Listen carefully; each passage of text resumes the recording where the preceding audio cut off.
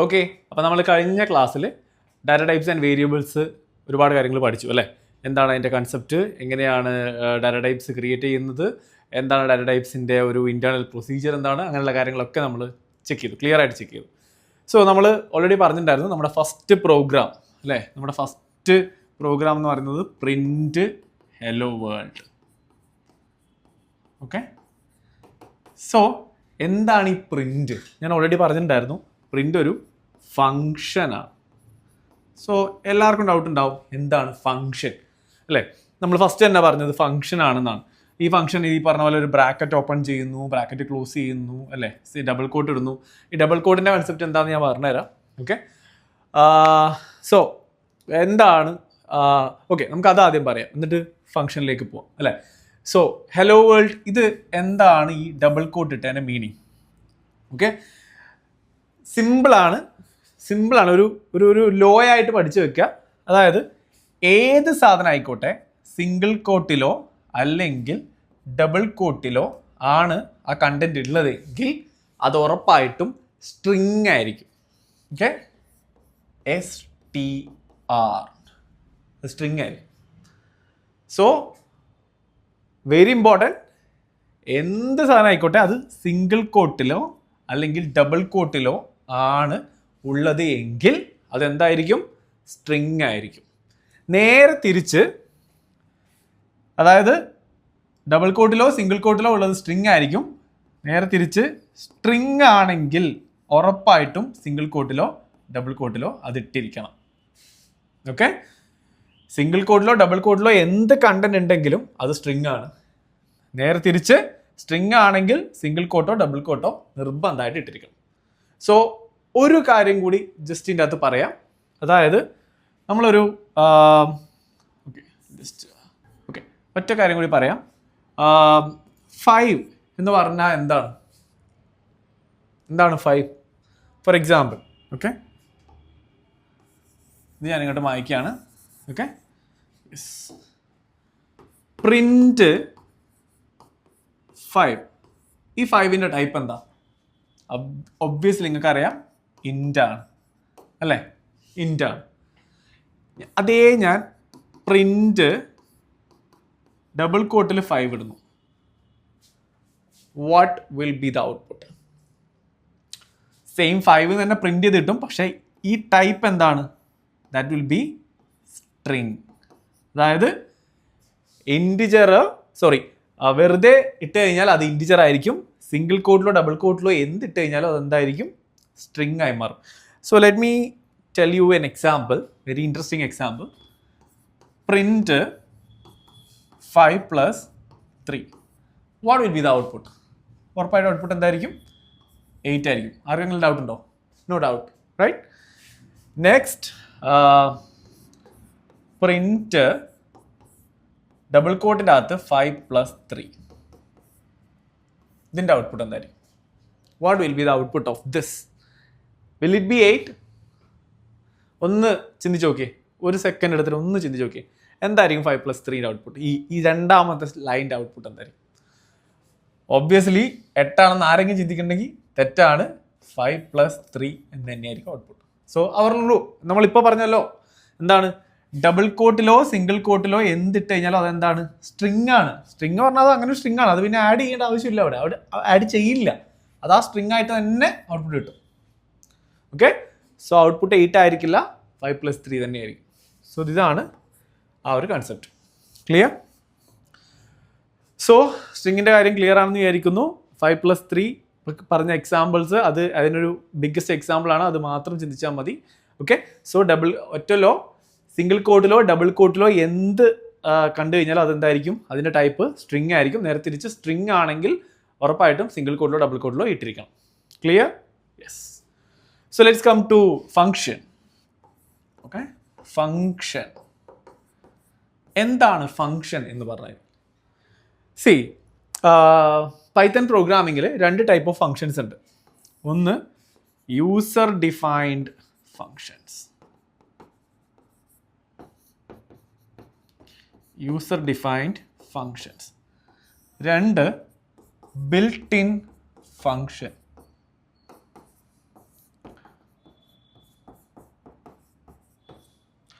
Okay, ഒന്ന് user defined functions, രണ്ട് built in functions. So എന്താണ് യൂസർ ഡിഫൈൻഡ് ഫങ്ഷനും ബിൽറ്റ് ഇൻ ഫങ്ഷൻ? നമുക്ക് ആദ്യം ഫങ്ഷൻ എന്താണെന്ന് പറയാം. ഓക്കെ, ഫങ്ഷൻ എന്താണെന്ന് പറയാം.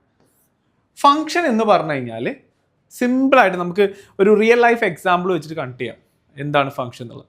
സോ ഫങ്ഷൻ എന്ന് പറഞ്ഞു കഴിഞ്ഞാൽ ഇപ്പം നമ്മൾ ഒരു മെഷീൻ, നമ്മുടെ റിയൽ ലൈഫിലുള്ള മെഷീനാണ് ഫങ്ഷൻ എന്ന് പറയും. അതായത് ഒരു ഫങ്ഷൻ, ഒരു മെഷീൻ. ഓക്കെ, ഒരു മെഷീൻ. സോ ഈ മെഷീൻ്റെ അകത്തേക്ക് നമ്മൾ കുറേ ഇൻപുട്ട് കൊടുക്കുന്നു.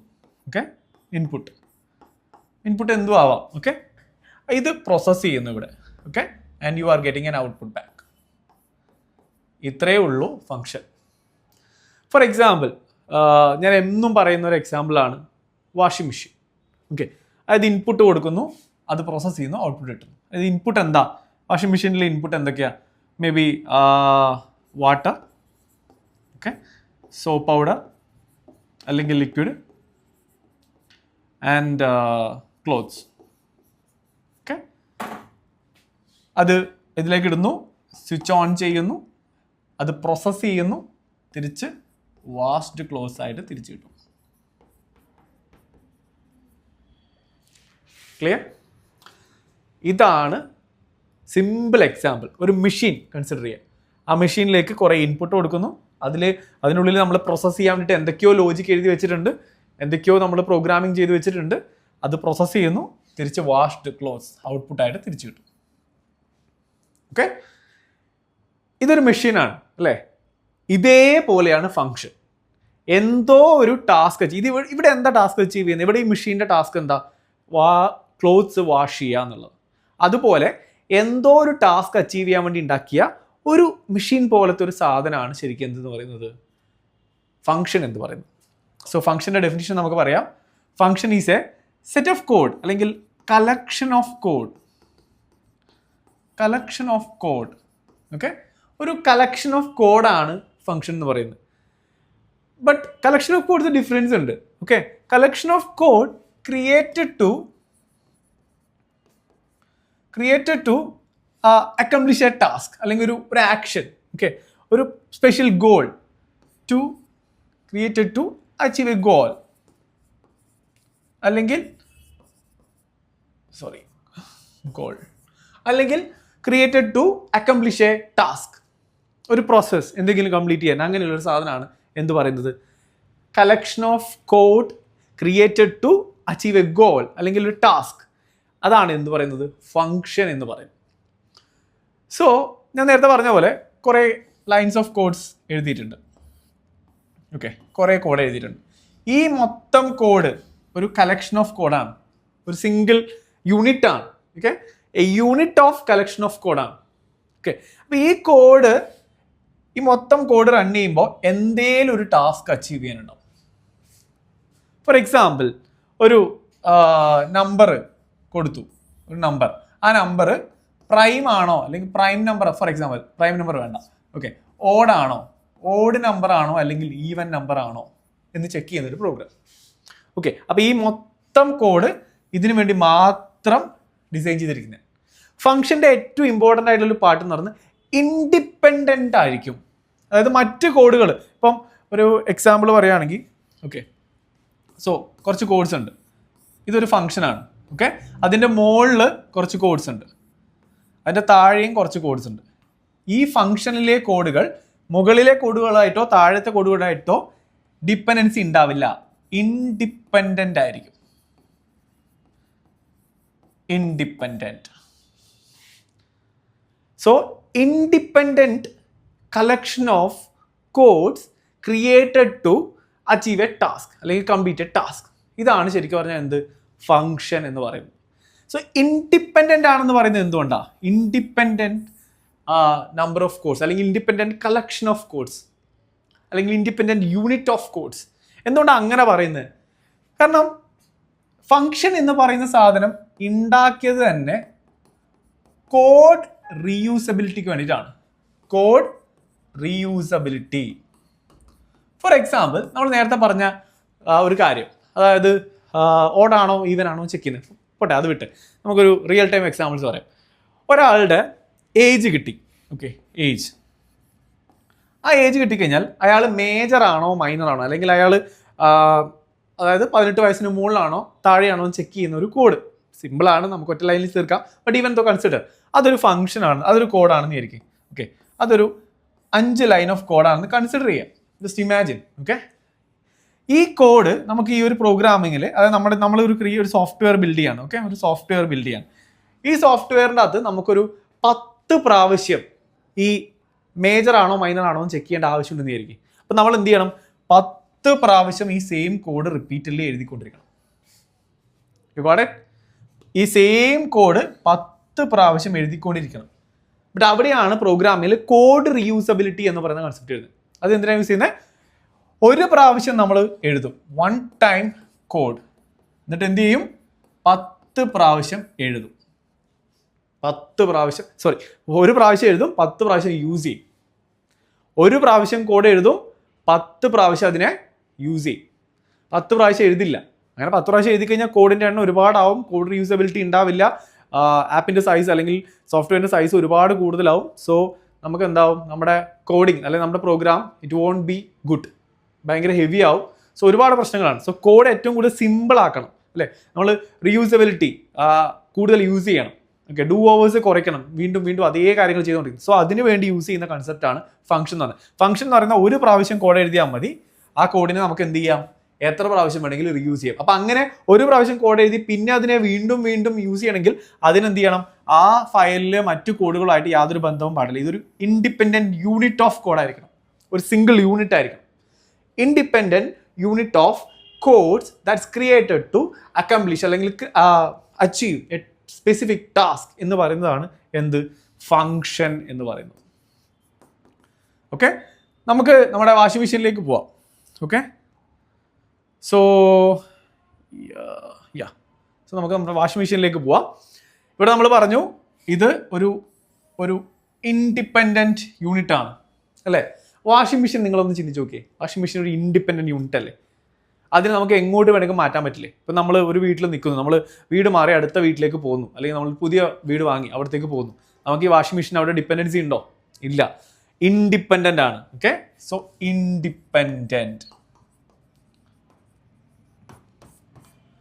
ക്ലിയർ? വേറൊരു സാധനം ചിന്തിച്ചോ നിങ്ങൾ? വീടിൻ്റെ അടുപ്പില്ലേ, അതായത് ഗ്യാസ് സ്റ്റൗ അല്ല, വീടിനോട് ചേർന്ന് തന്നെ ബിൽഡ് ചെയ്യുന്ന വീടിൻ്റെ അടുപ്പില്ലേ, അത് ഇൻഡിപെൻഡൻ്റ് ആണോ? നമ്മൾ അത് മാറി വേറൊരു വീട്ടിലേക്ക് പോകുമ്പോൾ അത് എടുത്തിട്ട് പോകാൻ പറ്റുമോ? ഇല്ല, ഇൻഡിപെൻഡൻ്റ് അല്ല, അത് ഡിപ്പെൻഡൻ്റ് ആണ്. സോ ഫംഗ്ഷൻ എപ്പോഴും എന്താണ്? ഇൻഡിപെൻഡൻ്റ് ആണ്. എവിടത്തേക്ക് വേണമെങ്കിലും യൂസ് ചെയ്യാം, എവിടെ വേണമെങ്കിലും കൊണ്ടുപോകാം. സോ അതുകൊണ്ടാണ് അതിനെ ഇൻഡിപെൻഡൻറ്റ് എന്ന് വിളിക്കുന്നത്. സോ നമ്മൾ നേരത്തെ പറഞ്ഞ പോലെ വി ഹാവ് ഒരു സെറ്റ് ഓഫ് കോഡ്സ്. നമ്മളൊരു കുറച്ച് കോഡ്സ് എഴുതി. ആ കോഡ്സ് എന്തിനു വേണ്ടിയിട്ടാണ്? എന്തോ ഒരു ടാസ്ക്, അത് എന്താവാം, ആ ടാസ്ക് അച്ചീവ് ചെയ്യാനുള്ള എന്തോ നമ്പർ ഓഫ് കോഡ്സ് നമ്മൾ എഴുതിയിട്ടുണ്ട്. ആ കോഡ്സ് ഇൻഡിപെൻഡൻ്റ് ആയിരിക്കും, അതൊരു സിംഗിൾ യൂണിറ്റ് ആയിട്ടാണ് വർക്ക് ചെയ്യുക. അതിലേക്ക് നമുക്ക് ഇൻപുട്ട് കൊടുക്കാൻ പറ്റും. നമ്മൾ നേരത്തെ വാഷിംഗ് മെഷീനിൽ പറഞ്ഞ പോലെ വാഷിംഗ് മെഷീനിൽ ഇൻപുട്ട് എന്താ? സോപ്പ്, പൗഡർ, വെള്ളം, ഇതൊക്കെ കൊടുത്തു. അത് ഇൻപുട്ടായിട്ട് കൊടുത്തു. ആ ഇൻപുട്ട് ഇത് പ്രോസസ്സ് ചെയ്യും. ആ പ്രോസസ്സ് ചെയ്യേണ്ട ലോജിക്ക് നമ്മൾ അല്ലെങ്കിൽ എന്താ ചെയ്യേണ്ടതെന്ന് അവിടെ നമ്മൾ പറഞ്ഞു കൊടുത്തിട്ടുണ്ടാവും. എന്നിട്ട് അതെന്ത് ചെയ്യും? ഔട്ട്പുട്ട് തിരിച്ചു തരും. സോ ഇത്രയേ ഉള്ളൂ ഒരു ഫംഗ്ഷൻ എന്ന് പറയുന്നത്. Simple, very simple. അപ്പോൾ ഇതായിരിക്കും ഫംഗ്ഷൻ. ഇതാണ് ഫംഗ്ഷൻ. ഈ ഫംഗ്ഷൻ്റെ ഈ പറഞ്ഞ സാധനത്തിനെ ഫംഗ്ഷൻ ഡെഫിനിഷൻ എന്നാണ് വിളിക്കുക. നമ്മൾ ഡീറ്റെയിൽ ആയിട്ട് പഠിക്കും പിന്നെ. ഫംഗ്ഷൻ ഡെഫിനിഷൻ, ഇതിനാണ് ഫംഗ്ഷൻ ഡെഫിനിഷൻ എന്ന് വിളിക്കുക. സോ നമ്മളൊരു വാഷിംഗ് മെഷീൻ, നേരത്തെ പറഞ്ഞ അതേ കൺസെപ്റ്റ് ഒന്നുകൂടി പറയാം. വാഷിംഗ് മെഷീൻ നമ്മളെല്ലാം ഇൻപുട്ട് കൊടുത്തു, റൺ ചെയ്യുന്നു, എല്ലാം ചെയ്യുന്നു. പക്ഷെ അത് സ്റ്റാർട്ട് ആവണമെങ്കിൽ അതിനൊന്ന് കോൾ ചെയ്യണം, അല്ലേ? ഒരു കോൾ ചെയ്യണം ആ ഫംഗ്ഷനെ ഒന്ന്, അല്ലെങ്കിൽ ആ മെഷീനെ ഒന്ന് ഓൺ ചെയ്യണം. അത് സ്വിച്ച് ഇടണം, സ്വിച്ച് ഇട്ടിട്ട് ഓൺ ചെയ്യണം. ഇതേപോലെ നമ്മൾ ഈ ഫംഗ്ഷനെ ആക്ടിവേറ്റ് ചെയ്യാൻ വേണ്ടിയിട്ട് യൂസ് ചെയ്യുന്ന സാധനമാണ് function calling statement. Okay, function call എന്ന് പറയും. ഈ ഫംഗ്ഷൻ കോൾ വന്നാലാണ് ഇത് വർക്ക് ചെയ്യുക. ഓക്കെ, സോ ഒറ്റ ഡെഫിനിഷൻ മതി, എവിടുന്ന് കോൾ ചെയ്താലും അത് വർക്ക് ചെയ്യും, ഔട്ട്പുട്ട് തിരിച്ചു തരും. സോ ഇതാണ് ഇതിൻ്റെ കൺസെപ്റ്റ്. സോ ഫംഗ്ഷൻ കോൾ, ഇത് നമ്മൾ ഫംഗ്ഷൻ കോൾ എന്താണ്, ഫംഗ്ഷൻ ഡെഫിനിഷൻ എന്താണ് നമ്മൾ ഇൻ ഡീറ്റെയിൽ ആയിട്ട് പഠിക്കും. So as of now just ഇതൊരു നോളജ് ആയിട്ട് മാത്രം കൺസിഡർ ചെയ്താൽ മതി. So let's back to function. Okay, so function എന്ന് പറഞ്ഞാൽ 2 ടൈപ്പ് ഉണ്ട്: user defined function, built in function. So നമുക്കിത് പറഞ്ഞു കൊടുക്കാം.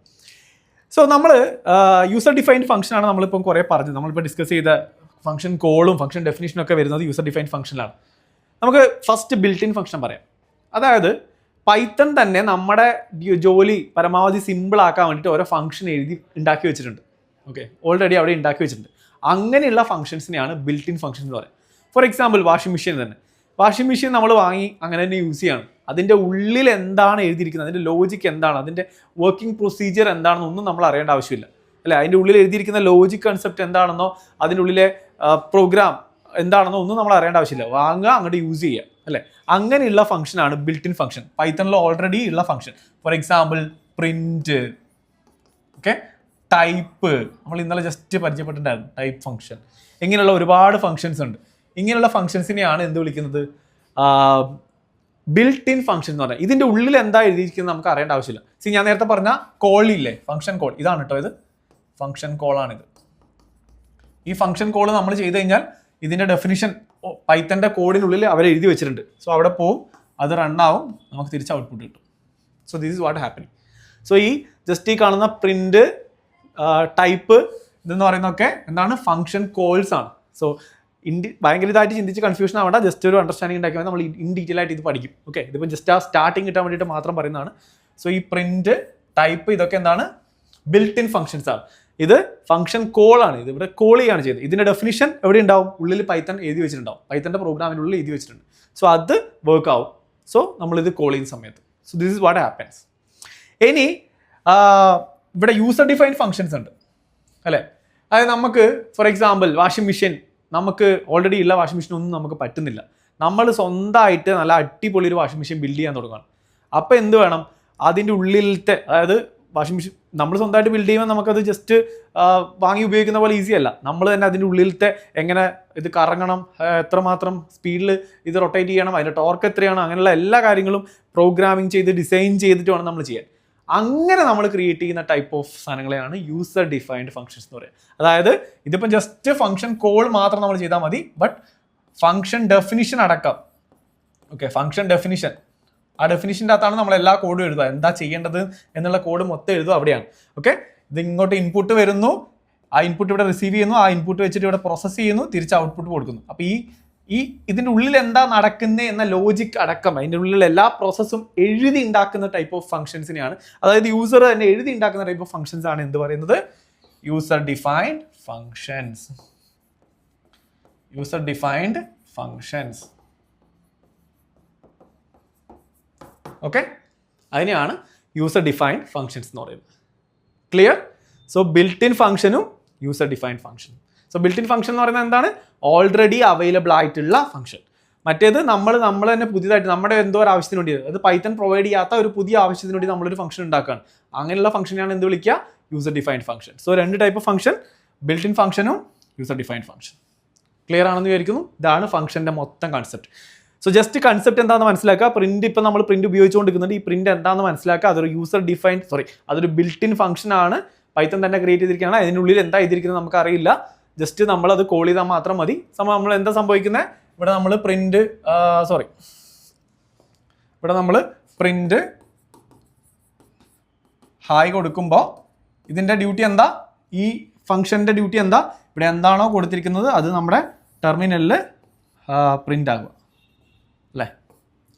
സോ ഇതിൻ്റെ ലോജിക്ക് എന്താണ്, ഇതിൻ്റെ ഉള്ളിൽ എന്താ എഴുതി വെച്ചിരിക്കുന്നത് നമ്മൾ അറിയേണ്ട ആവശ്യമില്ല. നമ്മൾ ജസ്റ്റ് എടുത്ത് യൂസ് ചെയ്താൽ മതി. Because it's a built in function provided by the Python. So ഇതാണ് ഫംഗ്ഷൻ്റെ clear concept. Hope you understand. നമ്മൾ ഇനി വരുന്ന ക്ലാസ്സുകളിൽ ഫംഗ്ഷൻസ് ഒരുപാട് യൂസ് ചെയ്യും, പ്രോഗ്രാമിംഗ് ഒരുപാട് ചെയ്യും. അപ്പോൾ നമുക്ക് ഇൻ ഡീറ്റെയിൽ ആയിട്ട് കുറേ കാര്യങ്ങൾ പറയാം. സോ ക്ലാസ് മനസ്സിലായിട്ടാണെന്ന് വിചാരിക്കുന്നു. എന്തെങ്കിലും ഡൗട്ട്സ് ഉണ്ടെങ്കിൽ you can comment in the comment section. Thank you.